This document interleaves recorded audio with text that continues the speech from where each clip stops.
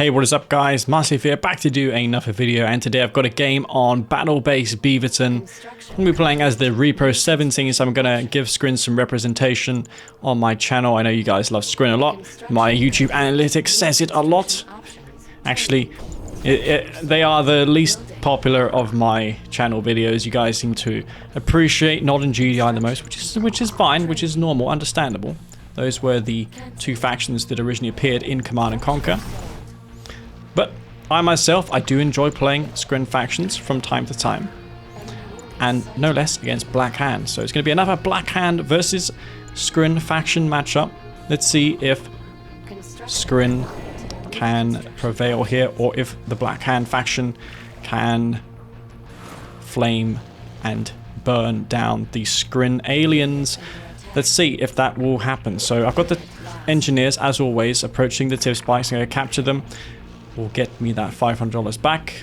Been discussing with several members of the community if it's a good idea to nerf the tip silo from Tiberium Wars, whereby when you capture it, it gives you $5,000, but we could reduce that to $1,500 and make it a viable strategy to capture early on. It wouldn't provide resources like a tip spike per second, but it would just give you that $1,500, so you'd get refunded for the engineer with that $500, and then $1,000 would go to you as the player. And that could be interesting to accelerate the early game more, rather than just setting the starting resources of the player to like $15,000. There's no option to give them $1,000 more, but it'd make it so you wouldn't stall on building your fourth harvester. Plus, it would eliminate the risk of the map being favored massively for Skrin, notably Traveler 59 for the Synth Rushers. They just go and kill the spikes with them, or shadow teams with the Master Kane. I've popularized a build order with Master Kane shadow teams where they just go in and capture the spikes with the shadow teams to escort them there. It requires purchasing the Cyber Leg upgrade. It's a very potent tactic, but yeah, not every map should have 4 spikes, in my opinion. I think there should be more map variants, and I believe setting tip silos to give the player $1,500 would be a good idea. Naturally, the map would have to be designed with that in mind. And map making is no easy feat, especially beautiful maps such as this one with so much detail, which are crafted with so much attention. Scouting all over the place, because I did use the tip scan to reveal that my opponent is going for a flame rush. Good thing about tip scan is that it reveals power plants upgraded by Nod. Those have a Tiberium based Tiberium core upgrade on them, as you can see. Those are revealed too. Flame tank approaching from the southern bridge and from the north. I was able to shut down this flame rush pretty nicely so far, but there is a couple more which I did not scout, and sadly for me, I placed my refinery and war factory too close together, which is going to permit these units to aim between both of them and take them out. I'm going to lose a refinery, a war factory, and a reactor, but at the cost of him losing all of the flame tanks. But I think that was still worth it for him. He gets the war factory, he gets the refinery. I'm only down to that one extractor now. A couple of houses there docking in there. And that Black Hand squad, I don't have the funds to summon in the storm support power, nor do I want to. I'd rather try and crush it with a Devour tank instead. Unlike the Seekers, the Death tanks can crush infantry. One Storm Rider out, I was hoping maybe he'd overreact, possibly build a lot of bike buggy, but he's going infantry instead. Now, despite him having that expansion ref, he's not necessarily that far ahead of me, because he put his second refinery on the expansion. I built a crane. Don't have a war factory, but that doesn't matter, because while I'm expanding, I can build that. That foundry will allow me to queue 2 things at once. I'm not sure if he's going to go all in and spam infantry with beam cannons, or if this is something else. That's why I built a crane here to decide if it's a good idea to expand or not. Blue tip growing at my field. I should try and gather as much of that as possible. And this Storm Rider is probably the best scout you could hope for as Skrin. $1,500, but if I keep it alive, I'm going to be able to reveal everything that's up and see all of his transitions. Reaper 17 have excellent units. The Shardwalker is a versatile anti-infantry unit. Can shoot aircraft, but that's obviously versus Blackhand not as effective because they don't have air. The only aircraft you'll see is those Armageddon bombers spawning in to use the Tiv Vapor Bomb or C-Type Boom. I'm macroing while dealing with this infantry force. Harvester trying to take that blue field, but it was met with a dev tank. So I'm going to delay him from gathering resources. He's not going to have that blue tip, which is crucial. And looking at the terrain here, these bosses could just go around it and kill a ton of imp. Buzzers not ideal versus Black Disciple infantry, but in small numbers you can deal with them. And my game plan at this point is to take up to tier 3, get the blue shard upgrade, which is going to make my shard walkers way more cost effective against this black hand man spam. And I can also transition later on to a hexapod, which also benefits from that blue shard upgrade. Once you sell that warp chasm off, you get a ravager. And those, whilst in the hexapod, also benefit from blue shards. Much like the Redeemer with its flamethrower, the ravagers inside of epic units also benefit from upgrades. Another infantry wave. I'm getting hit from multiple sides. This is concerning to me because he could have a lot of Scorpion tanks behind this, but he's instead going for more infantry. And I'm scouting around the place. I need something to harass him with. I haven't been able to go out on the map at all. I'm keeping it at bay though, at least with these shard walkers. Not bringing in a ton of resources. I've got growth accelerators, which as Reaper 17 is a major advantage for them. And I need some way to harass him. I don't want to go Mechapeds because infantry spam counters that. That's why I have purposefully not gone Mechapeds. Tripods, it just takes too long to get them out. By then, he'll just have an army of infantry, which he can stop me with. I don't have Devastators, so imp spam is very hard to stop as Reaper. You've got several ways in dealing with it. You can go Buzzer spam, you can go Shardwalker spam, or you can just go for Shardwalkers and use the phase on them and crush the imp. But so far, I'm going to use this Shock Pod's support power. I'm not going to purchase the disc launcher upgrade because in a while ago, what do you call him? Is it Zeus? Plasma Zeus? The weapon that the shock troopers get before the disc launchers, that has been buffed. It's still not as good as getting the disc launchers, but the fire rate is really good and they don't overkill. I am, however, going to get the blink upgrade, which you do need to pay for as Reaper 17, unlike Traveler. Got a Harvester or two there, wasn't too unhappy about that. But this infantry force is still really hard to deal with, though it's going to be a little easier now since I have the blue shards. Those buzzer hives are very effective. Unlike Nods and GDIs, as Skrin, you don't need an upgrade for your anti-infantry defenses to be very good.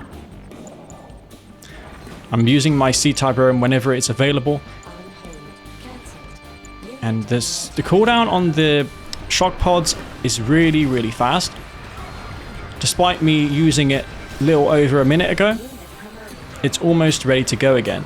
And I'm going to use that again in conjunction with the tip scan support power. So what I do is I use the tip scan to reveal his Tiburon field, and then I can place the shocks directly on his field, and that's a better way to harass than using these shard walkers. I see a clump of infantry in his tip field, however, so I don't want to go into that with my shocks. Maybe I can pull them away with the shard walkers.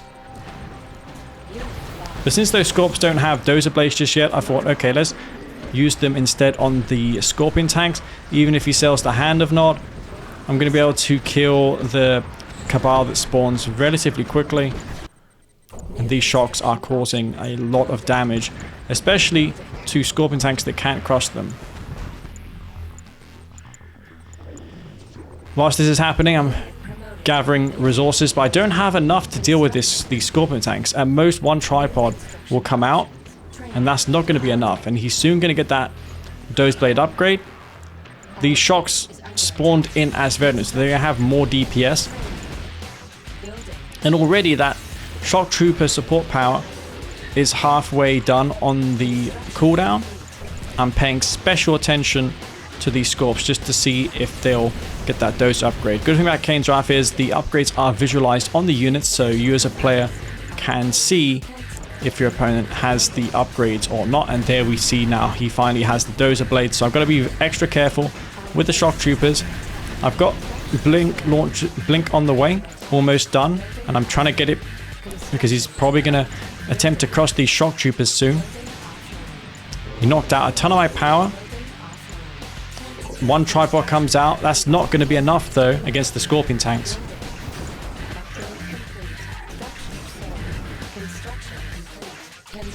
And these Shock Troopers are just scouring the map, see what they can find. Now Blackhand doesn't have any venom, so dealing with these shocks is easier said than done. I'm going to try and mop up this force of Scorps with what I have. I've got 2 tripods and a couple of dev tanks. That's actually a pretty decent army for me. And those shocks are gaining ranks there without the disc launcher upgrade. I've never tried this without the discs, but I think it makes sense.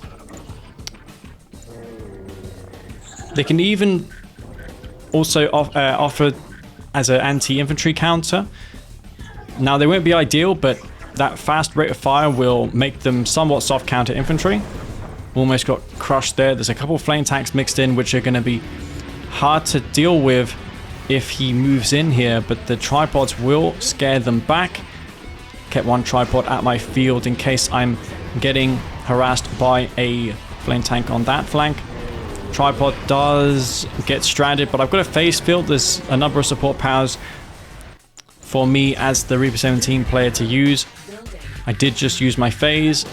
Now, questionable if the phase has a too fast cooldown. I don't know if it should be made more. I don't know. The duration was decreased from 40 seconds to 35. So in a sense it was nerfed by over 10%. The radius and both the cooldown are pretty good though for the face field. Couple shocks looking for something to destroy. There's no raider buggies. These are actually hard to deal with. If there's no multi-MCV, no particle beams, shocks can be very, very hard to contend with.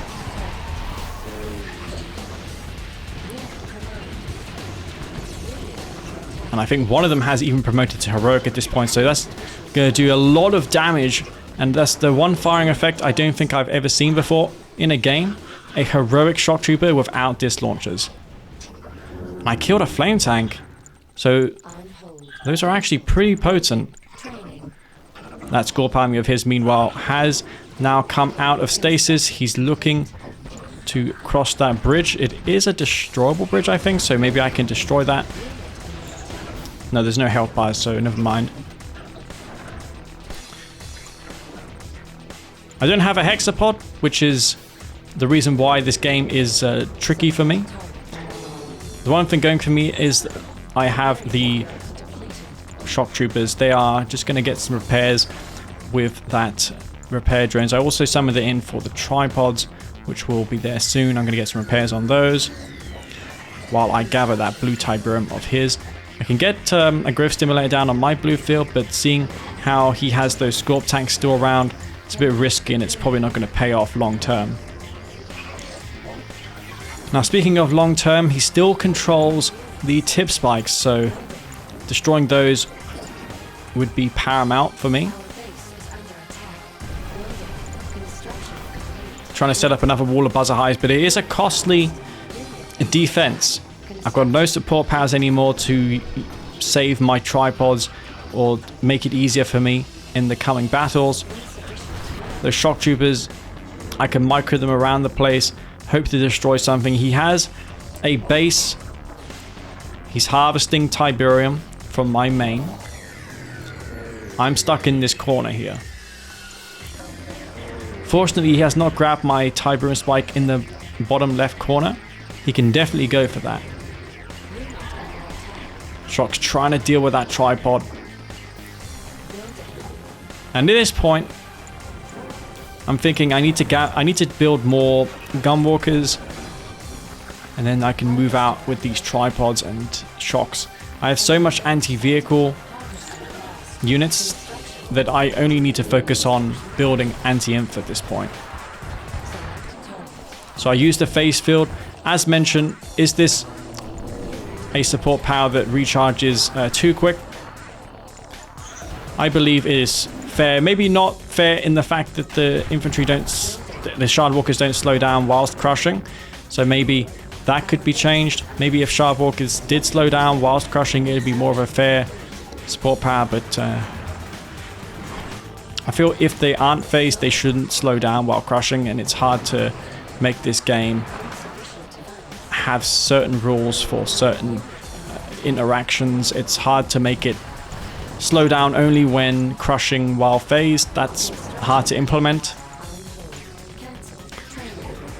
But these shock troopers, man, they are still going, and I now have a second squad about to promote 2 heroic shocks, something that I think is unheard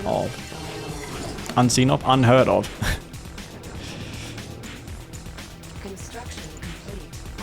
And the longer I wait around here, the better it's going to be for me as Reaper 17, because I can rebuild those growth stimulators and rebuild my just regrow my Tiberium fields to where I can harvest it once again.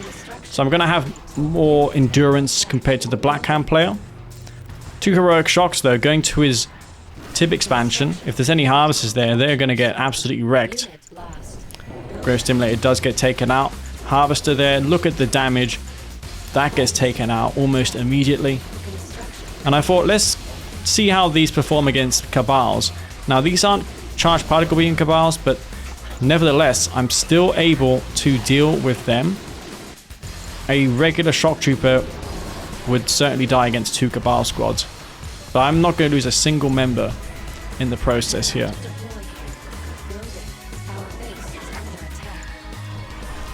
The shock troopers still continuing to do damage, taking out the power plants.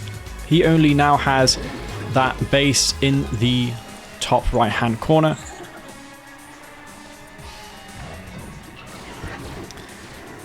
And look at that damage. 2 heroic shock troopers summoned in via the shock pod support power. I think it's underused, especially with the support power that I used to summon it in, that being the Tiberium vibration scan. I used that first and then afterwards teleported them in.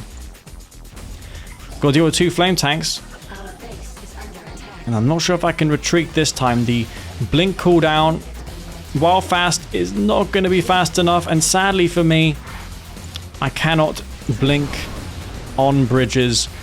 I was a bit gutted by that, but you cannot use the blink on a bridge. I assume it's the same for zone troopers. You're not going to be allowed to jump on them. That was unfortunate. So I no longer have that at my disposal. And these harvests of mine are now in jeopardy. Suddenly things are looking pretty dire for me once again.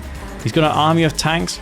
I've got buzzer highs, but they're going to do bugger all against these units of mine. Bring in Tiberium. He doesn't seem to be aware that I have harvesters long leeching. I can pull them across the bridge in the bottom to safety. Husk there. I should destroy that, especially at this stage of the game where every decision that I make is going to be crucial. Some Scorpion tanks mucking around with those buzzer hives. Even if the buzzer hives don't counter tanks, they're still going to draw fire. And that's about as much as you can hope for. One tripod there, being able to shoot with all 3 of its lasers. They only fire from 2 most of the time because there's no targets fully surrounding the tripod. But if it has something to shoot at all angles, then you will see it increase its damage by 50%. It will fire from that 3rd laser at the same time. The Synths makes sense at this moment because the buzzers are going to prevent the Scorpion tanks from crushing, because buzzers can't be crushed, and that just messes up the pathing. It makes it hard for them to crush disintegrator squads.